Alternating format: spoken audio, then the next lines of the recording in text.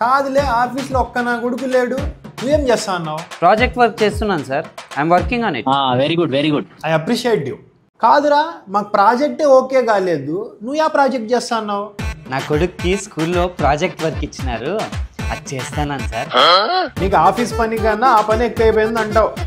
అట్లేం లేదు సార్. నీకు ఇట్లాగా లేప్పా, శాలరీ వేసేటప్పుడు చెప్తా నీ సంగతి. సార్ రామన్జీ యాడున్నావు నువ్వు? ఏం లేదు సార్, కొంచెం పని ఉండి పెద్ద ఆసుపత్రి కాడికి వచ్చిన. ఏం లే, ఎవరికైనా బాగాలేదా? మా పాపకి హ్యూమన్స్ ఆర్గన్ ప్రాజెక్ట్ ఇచ్చినారు సార్, అందుకే. వనెక్కాలి, నువ్వేం నా కొడుకురా? ఆర్గాన్స్ అంటే మనుషులవి కావప్పా, స్టిక్కర్లు తీసుకొచ్చి అతికిమ్మని.